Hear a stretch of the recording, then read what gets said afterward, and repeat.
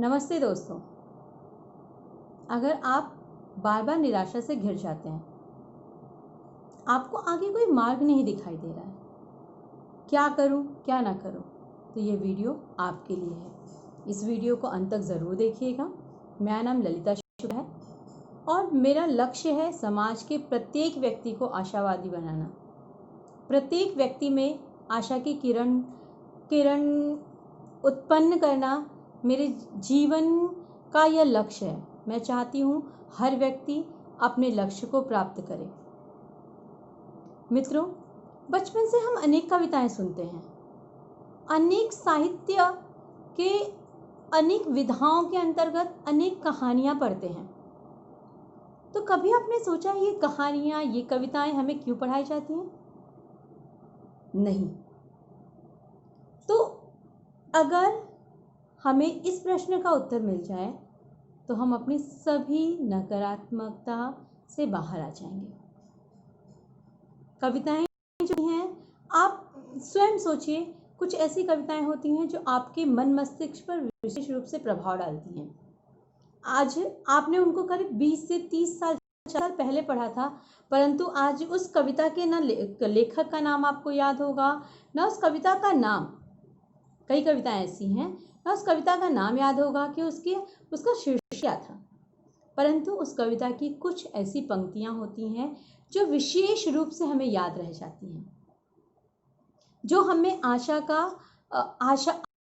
तरीके से जगाती हैं, हमें जीवन जीने के अनेक मार्ग बताती हैं। जैसे उड़ चल हारी लिए हाथ में एक अनोखा ओछा तिनका। ये कविता तो सुनी होगी आप लोगों ने। इस कविता में क्या बताया जा रहा है? हारिल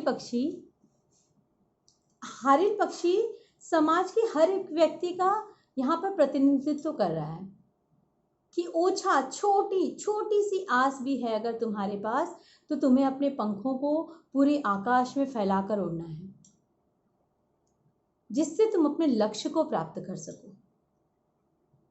ऐसे ही कुछ पंक्तियां और है।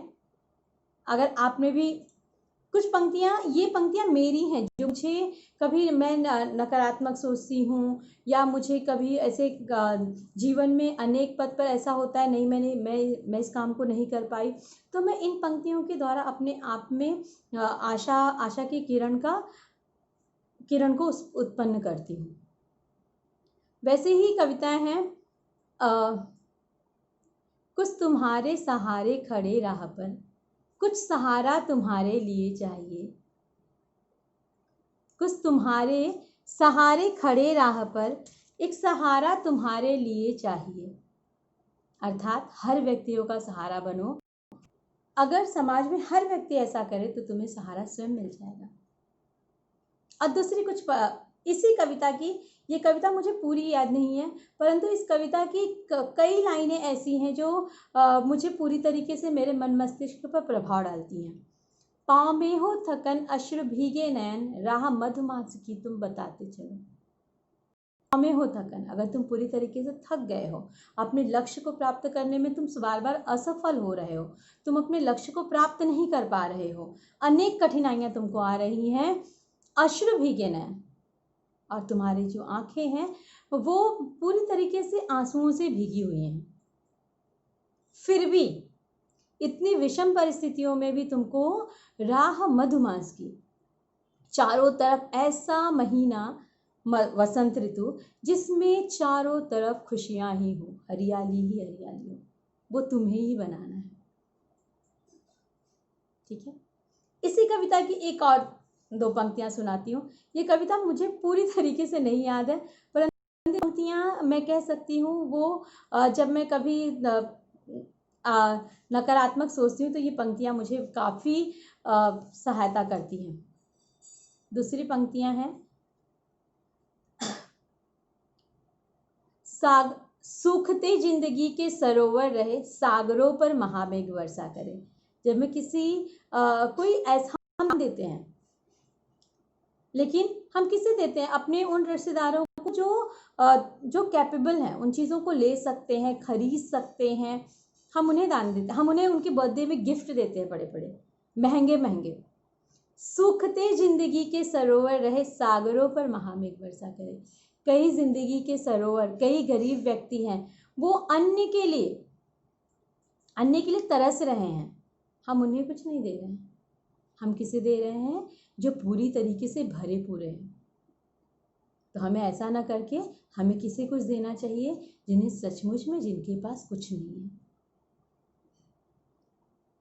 तो मेरा आप लोगों से ये अनुरोध है, ये निवेदन है कि जितनी कविताएं, आपने कविताएं या साहित्य की कोई ऐसी कहानियां जो आपके मस्तिष्क पर विशेष रूप से प्रभाव डालती हैं, कृपया उन्हें पढ़ा कीजिए।